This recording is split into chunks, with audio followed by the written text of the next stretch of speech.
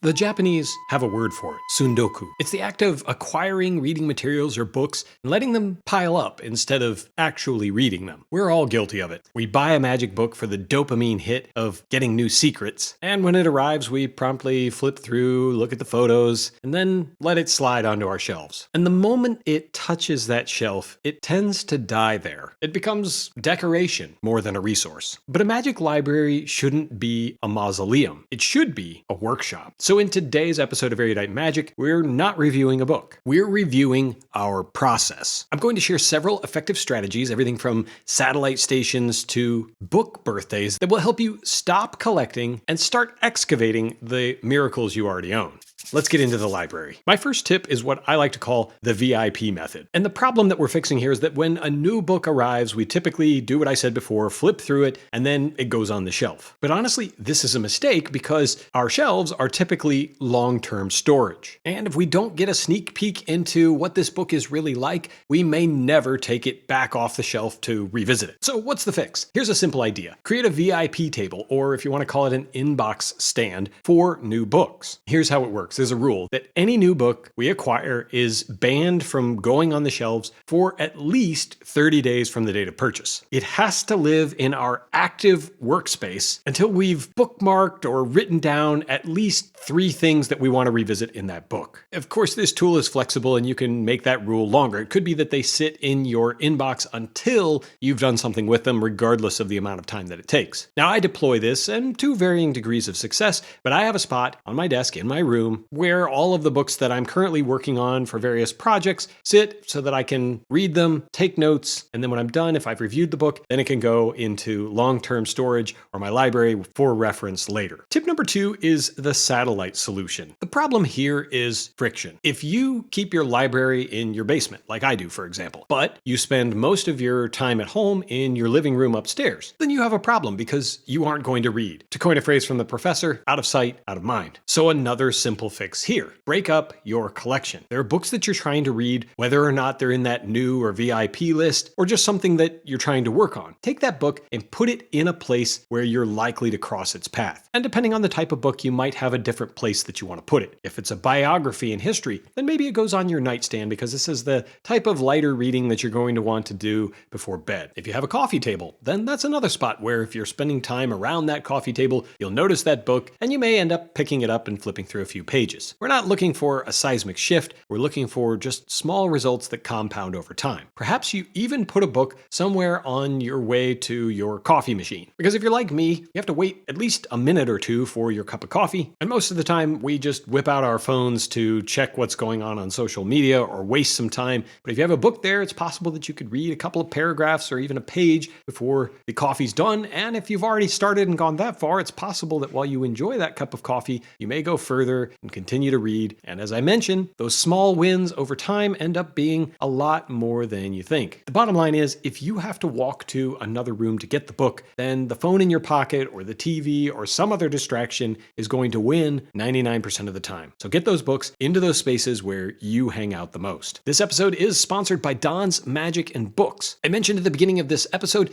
the Japanese phrase Tsundoku, and while it sounds like it might be a negative thing, they actually don't necessarily see it that way because every book on our shelves represents joy, anticipation, and a healthy intellectual humility. So don't be afraid to add to your library, especially when you shop with Don, knowing that you're going to get some great deals on both new and rare and hard to find magic books. His website is frequently updated with all of the things that he's getting in, and they go out the door pretty quickly with the bargains that you're going to get on his website. If you've never visited, I'm dropping a link down in the comments below. Bookmark that and check it early and often for all kinds of magic books that you've been looking for. Hundreds of you have become customers of Don's through this channel and, like me, become lifelong fans. So no matter what you're looking for, shop with Don's Magic and Books this week. My third tip that I'm going to give you here is a mindset shift. And this is one where I'm giving you permission, not that you need my blessing, but I'm giving you permission to take a mercenary approach. We have to stop this business of trying to read a magic book from cover to cover like we would with a novel. They're not written that way. I've touched on this before, but they're like cookbooks. It's okay to look at the sections that appeal to you, the tricks that you think might interest you, and ignore the rest of it. Thinking that you have to read it from cover to cover is overwhelming and can lead to procrastination. Think about it though. How often have we said that if I find just one piece of magic from this book, then it's worth the price? Then instead of looking through the entire haystack to find that one needle, why don't we focus on the one trick that seems like it might already have some appeal to us? Because if you get that one piece of magic from a book and it goes into your repertoire, then for sure that book was worth the price. Now here's a pro tip to help you along this path. Use what they call a syntopical method. Don't just pick a book, pick a subject that you want to study. Then use Dennis Baer's Conjuring Archive to do some research on that subject. Find the books that you have in your library. For example, Out of This World, the Paul Curry classic. Get those books off, read through the tricks that have to do with Out of This World that meet the criteria that you set for your performance conditions, then compare and contrast the methods, the setup, whatever else might go into it to see if it fits your needs. Bonus points here if you're keeping a journal and you're able to take some notes about what you liked and didn't like to save yourself some work when you revisit this later on in life. And now if you're doing this, you're engaging in conversation with the authors in a way. You're not just passively reading. Number 4 is intentionally scheduling. Nothing in life that's worth doing just happens. If you want to be good with money, well, you need a plan, probably a budget. If you want to get in shape, you're going to have to work out and put in the reps. It's not going to just happen. If you want to lose weight, well, you're probably going to have to do some combination of diet and exercise that will require planning and execution. A positive habit like reading a book is the exact same thing. If you don't schedule it, it's less likely to happen. Now, I know I'm giving you all these tools and tips, but this one is probably one of the most important if you actually want to get through more books in a year, and that is to schedule the time that you're going to read. Pick a day, pick a time, even add it to your calendar. I recommend that you set an analog hour. Maybe this is a Sunday morning with your coffee before you're watching Erudite Magic. Put your phone in a different room, have a notebook and a deck of cards handy before you even begin, and just sit there and enjoy the time with that book, whether or not you read very much or just a couple of paragraphs or one trick. If you start building up these small habits of a short amount of time that isn't distracted, you'll be able to make the progress that you want. Finally, this is probably the most fun thing that, as far as I know, is original to me, and that is the concept of a book birthday. Whenever you acquire a new book, make a calendar entry in your Google or Apple Calendar and mark it as the birthday of whatever the book title is. Now, annually on that date, you'll be notified, and your obligation is to celebrate that book's birthday by taking it off the shelf and either working on a trick or reading a chapter or interacting with it in some way that's appropriate to whatever the subject of the book is. This way, no book will ever sit on your shelf for more than 365 days without you getting it back down and interacting with it. The books are waiting for us. They have the secrets, and we all have lifetimes worth of it, but we have to do the work. At this point in the video, I want you to go to your magic shelf, take a book off that you've ignored the longest, and put it in one of those spaces that we talked about earlier that you're going to be frequenting. Let me know in the comments which book you rescued. If you've made it this far in the video, I recommend that you subscribe to the channel and check out the Erudite Magic Digest, which is another free resource that I provide to you. I'll send out all different kinds of things, my thoughts on an upcoming book, lists of hidden gems from the books that I own, and sometimes even just topics like this one or things that are happening in the magic world. If you want other tips on how you can take a trick that you're working on and take it to the next level, then check out this video I made over here on exactly what my process looks like for iterating a trick and making it more of my own. As always, my friend, I truly appreciate you watching, and until next time, keep reading.